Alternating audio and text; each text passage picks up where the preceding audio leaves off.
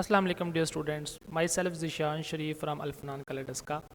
आज जो हम अपना टॉपिक डिस्कस करेंगे वो है रिप्लिकेशन प्रोसेस। इससे पहले लेक्चर में हमने रिप्लिकेशन मॉडल्स के बारे में बात की, जिसमें हमने जो करेक्ट वन मॉडल डिस्कस किया था वो था सेमी कंजर्वेटिव मॉडल, कि ये ही रेप्लिकेशन का मॉडल है जो करेक्ट है। ठीक है, तो आज जो हमने रिप्लिकेशन का प्रोसेस पढ़ना है कि रेप्लिकेशन एक्चुअल में होती कैसे है, तो वो कौन सा हमने मॉडल पढ़ना है, वो हमने पढ़ना है सेमी कंजर्वेटिव मॉडल, जिसमें हमने ये चीज़ देखी थी कि एक डीएनए का मॉलिक्यूल जिसमें दो स्टैंड होते हैं डबल हो जाता है, मतलब कोई चार स्टैंड में कन्वर्ट हो जाता है। और मेथड कौन सा है? सेमी कंजर्वेटिव, एक ओल्ड स्टैंड और दूसरा न्यू स्टैंड। ठीक है, तो हमने इसी को फॉलो करना है। तो सबसे पहले हम इसको इंट्रोड्यूस करते हैं। The DNA replication begins at one or more site on the DNA molecule where there is a specific sequence of nucleotide. कि जो डीएनए की रिप्लिकेशन का प्रोसेस है जिसमें डीएनए कंटेंट डबल होता है, वो एक ख़ास जगह से स्टार्ट होता है जिसको कहते हैं रिप्लिकेशन ओरिजिन। ठीक है, और ये एक से ज़्यादा जगह से भी स्टार्ट हो सकता है। अब इस डायग्राम में देखें कि ये हमारे पास एक डीएनए का स्ट्रक्चर है, ठीक है, जिसमें ये दो स्टैंड है। अब इस स्ट्रक्चर में ये एक स्पेसिफिक जगह है जहाँ से रिप्लिकेशन का प्रोसेस स्टार्ट होगा, मतलब न्यू स्टैंड बनने स्टार्ट होंगे, जिसको हमने नाम दिया कि ये रिप्लिकेशन ओरिजिन है। अब यहाँ पे ये जो पेरेंट स्टैंड है जो हमें ब्लू में नज़र आ रहा है, उसको हमने कहा है कि ये टेम्पलेट स्टैंड है। टेम्पलेट किसे बोलते हैं? जो एक्ट एज ए मॉडल, कि उसके जैसा दूसरा स्टैंड बनेगा, उसके कम्प्लीमेंट्री स्टैंड बनेगा। तो ब्लू में हमारे पास यहाँ पे ओल्ड स्टैंड है और जो रेड में जो न्यू स्टैंड बन रहे हैं। ठीक है, और एंड पे हमारे पास क्या हो जाएगा? डीएनए का कंटेंट डबल हो जाएगा। अब ये देखिए, एक मॉलिक्यूल था, यहाँ पे दो मॉलिक्यूल है। अब ये सेमी कंजर्वेटिव है, एक ओल्ड स्टैंड और एक रेड में न्यू स्टैंड, सेम इधर एक ओल्ड एक न्यू, और ये हमारी रिप्लिकेशन का प्रोसेस स्टार्ट हो गया। इस डायग्राम में ये शो किया जा रहा है कि ये डीएनए का एक मॉलिक्यूल्स है। तो क्या हुआ है, सबसे पहले ये दोनों स्टैंड आपस से सेपरेट हुए, तो ये रेड में न्यू स्टैंड बनना स्टार्ट हो गए। ठीक है, अब जैसे ही ये रिप्लिकेशन का प्रोसेस कंप्लीट होगा तो ये एक से दो में कन्वर्ट हो जाएगा। अब ये तो हो गया इसका इंट्रोडक्शन। अब ये प्रोसेस होता कैसे, अब हमने वो डिस्कस करना है। अब सबसे जो इम्पोर्टेंट चीज़ है कि रेप्लिकेशन का जो प्रोसेस है उसमें मेन प्लेयर कौन से हैं, मतलब कि कौन सी ऐसी चीज़ें हैं जो रेप्लिकेशन करवाती हैं, तो वो है एंजाइम। अब कौन कौन से एंजाइम रेप्लिकेशन में इन्वॉल्व हैं वो हमने पहले वो डिस्कस करनी है। अब ये चीज़ें आपके जो बुक की थ्योरी है इसमें मिक्स है, मतलब कि सारी चीज़ें सेपरेट की हुई हैं, स्टेप वाइज उनका फंक्शन बताया गया है, लेकिन यहाँ पे हमने लिस्ट बना ली है कि कौन कौन से एंजाइम रेप्लिकेशन में इन्वॉल्व हैं। तो सबसे पहला जो एंजाइम है DNA polymerase 1 is a relatively small enzyme that plays a supporting role in DNA replication। अब ये supporting role DNA replication में करता है। अब ये पूरे प्रोसेस में जो मेन एंजाइम है वो कौन सा है? ठीक है, वो कौन सा है? वो डीएनए पॉलीमरेज 3 है, जिसको हम बाद में डिस्कस करते हैं, पहले इसको इंट्रोड्यूस कर लें। दूसरा हमारे पास है डीएनए पॉलीमरेज 2, जिसका फंक्शन क्या है? Supporting role in DNA repairing and proof reading and minor role in formation of Okazaki fragments. अब ये सारे वर्ड्स हैं जो आगे हमने डिस्कस करने हैं, यहाँ पे इसके फंक्शन हम डिस्कस करेंगे। डीएनए रिपेयरिंग क्या होती है कि डीएनए जब बन जाता है तो उसकी रिपेयरिंग करता है, फिर उसकी प्रूफ रीडिंग करता है कि कहीं से कोई न्यूक्लियोटाइड गलत ऐड तो नहीं हो गया, तो उसको फिर ठीक करता है। अब जो मेन एंजाइम जिसकी वजह से रिप्लिकेशन होती है, न्यू स्टैंड बनता है, वो कौन सा है? DNA polymerase 3। ठीक है, ये मेन एंजाइम है। इसने क्या करना होता है? Recognise the primer and adds DNA nucleotide to it to construct the DNA stand. इसने न्यू स्टैंड को बनाना होता है, मतलब कि इसने न्यूक्लियोटाइड ऐड करने होते हैं। अभी यहाँ पे सिर्फ इंट्रोडक्शन ले लें, अभी इसका फंक्शन हम देखेंगे तो इसका कंसेप्ट क्लियर हो जाएगा। अभी सिर्फ इंट्रोड्यूस कर रहे हैं इसको। हेलिकेज, इसका क्या फंक्शन होता है कि डीएनए के दो स्टैंड है इनको अनवाइंड करता है, एक दूसरे से सेपरेट करता है, मतलब कि रेप्लिकेशन ओरिजिन बनाता है, ताकि वहाँ पे रेप्लिकेशन न्यू स्टैंड बनना स्टार्ट हो जाए। अब SSB single stand binding protein का फंक्शन क्या होता है? Stabilise stand. फंक्शन किस तरह है कि जब हेलिकेज डीएनए के दो स्टैंड को सेपरेट कर देता है तो फिर सिंगल स्टैंडिंग बाइंडिंग प्रोटीन क्या करती है कि उनको दोबारा बॉन्ड होने से बचाती है, मतलब कि दोबारा जुड़ ना जाए, उनको एक दूसरे से सेपरेट रखती है ताकि फोक बनी रहे, वो ओरिजिन बना रहे और न्यू स्टैंड बनना स्टार्ट हो जाए। प्राइमेज, ये वो एंजाइम है जो रिप्लिकेशन का प्रोसेस स्टार्ट करता है। ठीक है, अभी हमने डिस्कस किया कि जो डीएनए पॉलीमरेज 3 है वो न्यूक्लियोटाइड ऐड करता है, लेकिन वो रिप्लिकेशन के प्रोसेस को स्टार्ट नहीं कर सकता। रिप्लिकेशन के प्रोसेस को स्टार्ट कौन करता है? वो एक एंजाइम है प्राइमेज। अच्छा, ये किस तरह स्टार्ट करता है कि ये एक न्यूक्लियोटाइड का स्टैंड बनाता है जिसको प्राइमर बोलते हैं। ठीक है, जो आरएनए का बना होता है, ठीक है, जिसमें आरएनए के न्यूक्लियोटाइड होते हैं। और कितने न्यूक्लियोटाइड उसमें होती हैं? तकरीबन 10 न्यूक्लियोटाइड होती हैं। उसके बाद है DNA ligase join Okazaki fragments. अब ये हम आगे डिस्कस करेंगे कि ओकाज़ाकी फ्रैगमेंट्स क्या होती हैं और डीएनए लाइगेज इनको किस तरह आपस में जोड़ता है। ठीक है, तो ये सिर्फ लिस्ट है उन एंजाइम की जो हमने डीएनए रिप्लिकेशन में पढ़नी है। अब हमने रिप्लिकेशन का प्रोसेस एक वीडियो के ज़रिए डिस्कस करना है ताकि ज़्यादा कंसेप्ट क्लियर हो, तो उससे थ्योरी को पढ़ना भी आसान होगा। अगर हम बात करें, थोड़ा सा पहले इंट्रोडक्शन लें। ठीक है, अगर हम देखेंगे कि ये हमारे पास एक डीएनए का स्टैंड है। ठीक है, अब हमें पता है कि दो स्टैंड होती हैं डीएनए के मॉलिक्यूल में, जो दोनों के दोनों एक दूसरे के एंटी पैरेलल होते हैं और आपस में जुड़े किस तरह होते हैं, ये न्यूक्लियोटाइड मतलब कि नाइट्रोजन बेसिस के जरिए आपस में ये जुड़े होते हैं। एक चीज़ जो आपने याद रखनी है, पहले भी ये डिस्कस हुई है कि जहाँ पे डीएनए की बात हो रही है या डीएनए के स्टैंड की बात हो रही है, तो हमें इस चीज़ का आइडिया होना चाहिए कि डीएनए किस चीज़ से मिलके बना है। ठीक है, और वो स्ट्रक्चर कौन से है, न्यूक्लियोटाइड। और न्यूक्लियोटाइड में जो तीन चीज़ें हैं वो भी हमने याद रखनी है, पेंटोज शुगर, फॉस्फेट ग्रुप और नाइट्रोजन कंटेनिंग बेसिस। अब ये जो हमें शो हो रही हैं ये हमें बेसिस शो हो रही हैं, और जो रिमेनिंग दो स्ट्रक्चर हैं वो स्टैंड के अंदर, जो आगे हम शो देखेंगे। ठीक है, अब आपने स्टैंड को देखना है। ठीक है, अब ये पूरा स्ट्रक्चर शो हो रहा है कि डीएनए के स्टैंड को केमिकली उसका स्ट्रक्चर देखा है कि ये स्टैंड के अंदर कौन सी चीज़ें हैं, न्यूक्लियोटाइड है। अब ये एक न्यूक्लियोटाइड है जिसमें पेंटोज शुगर, फॉस्फेट ग्रुप और थायमीन है, कोई भी हो सकती है चारों में से।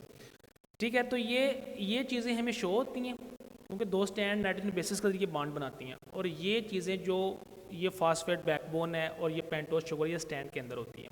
ठीक है, तो कौन कौन सी चीज़ें हमें आगे डिस्कस किया है, पेंटोज शुगर है, फॉस्फेट ग्रुप है, और उसके बाद नाइट्रोजन कंटेनिंग बेसिस हैं जो नाइट्रोजन बेसिस। ठीक है, ये सारे बॉन्ड जो हमने ऑलरेडी डिस्कस किए हुए हैं, जिसके बारे में कि ये आपस में फॉस्फोडेस्टर बॉन्ड बनाते हैं। अब ये नाइट्रोजन बेसिस हैं। ठीक है, साइटोसिन, थायमीन, एडेनिन एंड गवानिन। अब थायमीन एडेनिन के साथ डबल बॉन्ड बनाती है, गवानिन साइटोसिन के साथ ट्रिपल बॉन्ड बनाती है। ठीक है, तो ये सारा स्ट्रक्चर हमने ऑलरेडी डिस्कस किया हुआ है यहाँ पे, इसलिए इसको डिस्कस किया कि ताकि थोड़ा सा रिवाइज हो सके। अब जो हम मेन डीएनए का जो रेप्लिकेशन का प्रोसेस है उसके तरफ आ रहे हैं। अब आपने जो चीज़ याद रखनी है वो उन एंजाइम के फंक्शन है ताकि इससे ज़्यादा चीज़ें क्लियर हों।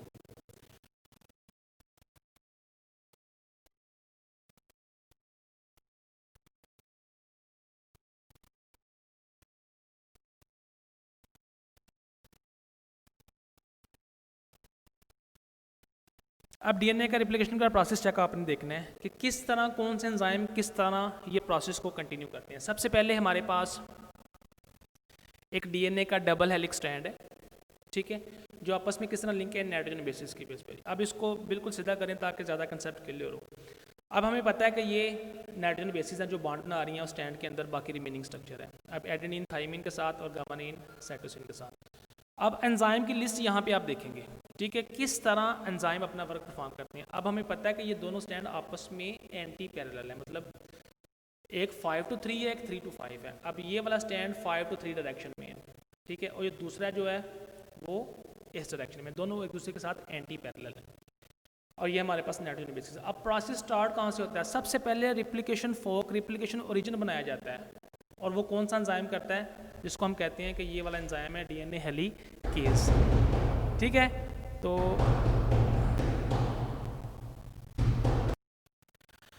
अब बेटा यहाँ पे देखें कि ये जो हमने डिस्कस किया ये हेलिकेज एंजाइम है। अब इस एंजाइम का फंक्शन क्या होता है कि इसने जो डीएनए का स्टैंड है इसको अनबॉन्ड करना था, मतलब कि दोनों स्टैंड को एक दूसरे से सेपरेट करना होता है ताकि रिप्लिकेशन ओरिजिन बने और यहाँ पे न्यू स्टैंड ऐड होना शुरू हो जाए। अब ये दोनों पेरेंट स्टैंड है, ये एक्ट एज ए टेम्पलेट, ये एज ए मॉडल एक्ट करते हैं ताकि इसके अकॉर्डिंग दूसरा स्टैंड बने।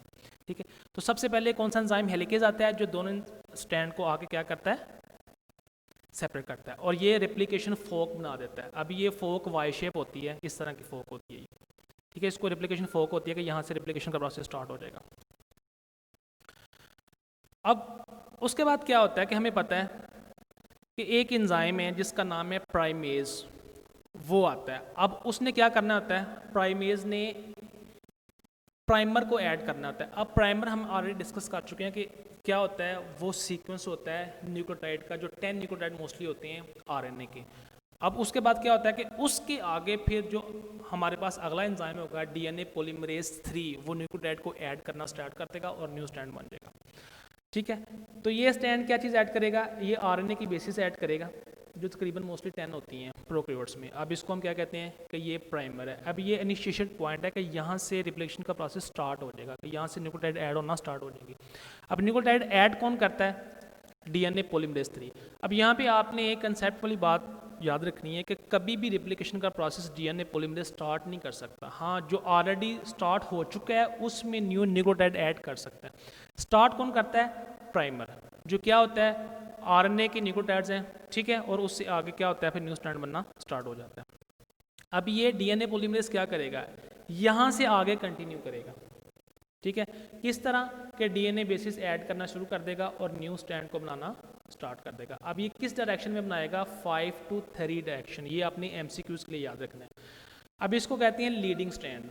अब इसको लीडिंग स्टैंड क्यों कहते हैं, क्योंकि ये स्टैंड रिप्लिकेशन फोक की तरफ बन रहा है। यहाँ पे आप देखेंगे कि ये किस तरफ बन रहा है, रिप्लिकेशन फोक की तरफ, और इसलिए इसको कहते हैं लीडिंग स्टैंड। अब जो दूसरा स्टैंड होगा ना, ये वाला, इसको कहते हैं लैगिंग स्टैंड। अब यहाँ पे आप पहले इसका डिफरेंस देख लें। दो जो न्यू स्टैंड बनते हैं, एक को कहते हैं लीडिंग स्टैंड, एक को कहते हैं लैगिंग स्टैंड। अब इसको लीडिंग क्यों कहते हैं, इसको लैगिंग स्टैंड क्यों कहते हैं। अब इसको लीडिंग इसलिए कहते हैं क्योंकि ये कंटिन्यू स्टैंड होता है, मतलब इसमें कोई भी डिसकंटिन्यू चीज़ नहीं होती, कंटिन्यूसली न्यूक्लियोटाइड ऐड होते रहते हैं और न्यू स्टैंड बनता रहता है। दूसरी चीज़ कि ये रिप्लिकेशन फोक की तरफ मूव करता है। इसका क्या मतलब है कि ये इस डायरेक्शन में मूव कर रहा है जहाँ पे पूरा डीएनए का मॉलिक्यूल मौजूद है। अब क्या होगा, जैसे ये स्टैंड यहाँ पे पहुँचेगा इस साइड पे, आगे क्या करेगा, हेलिकेज फर्दर आगे डीएनए के स्टैंड को सेपरेट करना स्टार्ट हो जाएगा और न्यू स्टैंड बनता ही जाएगा, इसलिए इसको कहते हैं लीडिंग स्टैंड। अब ये है लैगिंग स्टैंड। लीडिंग बनता है टुवर्ड रिप्लिकेशन फोक, लेकिन लैगिंग क्या होता है, ये इस डायरेक्शन में बनता है, अवे फ्रॉम रिप्लिकेशन फोक। अब यहाँ पे एक चीज़ हमें ना, यहाँ पे छोटे छोटे डीएनए के स्टैंड नजर आएंगे, उन स्टैंड को हम कहते हैं कि ये ओकाज़ाकी फ्रैगमेंट है। अब यहाँ पे फ्रैगमेंट ये क्यों नहीं बनते, यहाँ पे क्यों बन रहे हैं, यहाँ पे आपने एक चीज़ याद रखनी है कि एंजाइम ने फॉरवर्ड डायरेक्शन में मूव करना होता है। अब ये एंजाइम इस डायरेक्शन में न्यूक्लियोटाइड ऐड कर रहा है क्योंकि आगे न्यू मॉलिक्यूल्स मौजूद है, डीएनए का मॉलिक्यूल मौजूद है जो सेपरेट होता जाएगा और न्यू न्यूक्लियोटाइड ऐड होते जाएंगे। लेकिन अगर कोई एंजाइम इस डायरेक्शन में मूव कर रहा है तो यहाँ पे तो आगे डीएनए का मॉलिक्यूल नहीं है, तो यहाँ पे आके एंड होता है। इसका मतलब है जैसे ही एक दफ़ा रेप्लिकेशन फोक बनती है, एक स्टैंड बन जाता है। जब ये डीएनए का मॉलिक्यूल दोबारा सेपरेट होता है तो हमें दोबारा फिर आरएनए प्राइमेज चाहिए जो आके आरएनए प्राइमर ऐड करे और न्यू स्टैंड बनना स्टार्ट हो जाए। लेकिन यहाँ पे ऐसी कोई चीज़ नहीं होती, यहाँ पे एक ही दफ़ा प्राइमेज आता है, एक ही दफ़ा प्राइमर अटैच होता है और कंटिन्यूसली डीएनए का स्टैंड बनता रहता है। लेकिन यहाँ पे बार बार क्या आते हैं, प्राइमेज को आना पड़ता है, फिर आके उसने प्राइमर ऐड करना पड़ता है, फिर डीएनए पॉलीमरेज 3 दोबारा आता है और बार बार यहाँ पे फ्रैगमेंट बनते हैं लैगिंग स्टैंड में, जिसको हम कहते हैं कि ये ओकाज़ाकी फ्रैगमेंट है। किस तरह वो अभी हम देखते हैं। ये तो लीडिंग स्टैंड है जो इस तरफ मूव कर रहा है और आगे कंटिन्यूसली डीएनए का स्टैंड सेपरेट हो रहा है। अब ये है लैगिंग स्टैंड। अब ये आपने डायरेक्शन देखनी है, ये away from the replication move करेगा। अब ये फ्रैगमेंट बनते हैं, इसको हम कहते हैं ओकाज़ाकी फ्रैगमेंट्स। अब ये कैसे बनते हैं देखें, एक दफ़ा प्राइमर ऐड हुआ, दोबारा फिर प्राइमर को आना पड़ा, फिर डीएनए पॉलीमरेज 3 आएगा, फिर ये ओकाज़ाकी फ्रैगमेंट बनाएगा ये वाला, बल्कि डीएनए के स्टैंड को ऐड करेगा इस डायरेक्शन में। अभी आपने इस डायरेक्शन देखनी है कि लीडिंग टुवर्ड फोक मूव कर रहा था और ये अवे फ्रॉम द फोक मूव कर रहा है। अभी देखें डीएनए का मॉलिक्यूल इस तरफ है लेकिन इस तरफ मूव कर रहा है और बार बार क्या होना पड़ रहा है कि बार बार प्राइमेज आ रहा है, वो प्राइमर ऐड कर रहा है और ये आगे फिर ये क्या करता है, डीएनए का न्यू स्टैंड बनाना स्टार्ट कर देता है।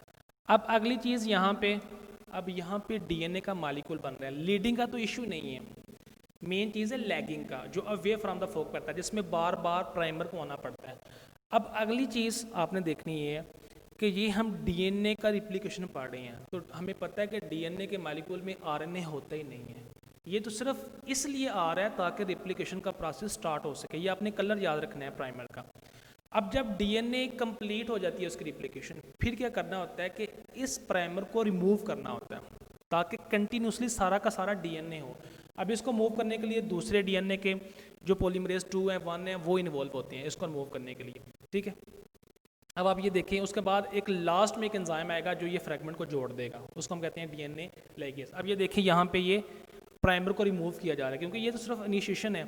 अब क्या आता है, दोबारा फिर यहाँ पे पॉलीमरेज आते हैं, वो आके न्यूक्लियोटाइड ऐड कर देते हैं। अब लास्ट में एक एंजाइम आता है जिसको हम कहते हैं लाइगेज।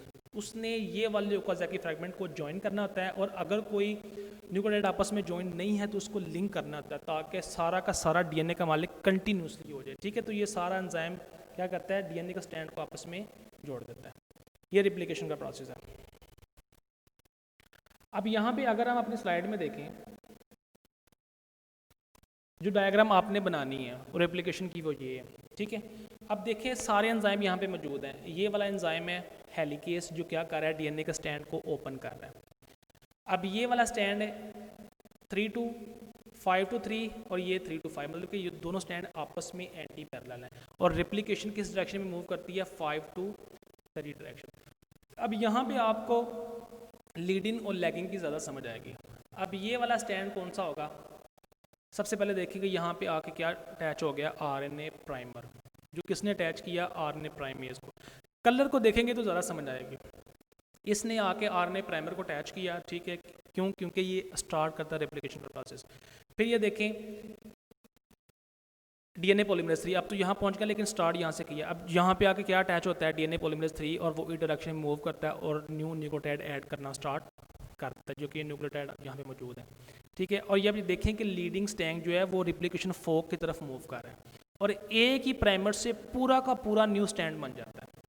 लेकिन अगर हम देखें दूसरे स्टैंड को, जिसको हम कहते हैं लैगिंग स्टैंड, अब ये फोक से अवे मूव करता है। अब बार बार देखें यहाँ पे प्राइमर अटैच करना पड़ता है। अब क्यों अटैच करना पड़ता है, एक दफ़ा स्टैंड बन गया, एंजाइम को दोबारा वापस आना पड़ता है। ठीक है, तो दोबारा फिर आके प्राइमर अटैच होता है। अब लास्ट में ये जो हमें रेड में नज़र आ रहे हैं, ये फ्रैगमेंट है, इनको हम कहते हैं कि ये ओकाज़ाकी फ्रैगमेंट है।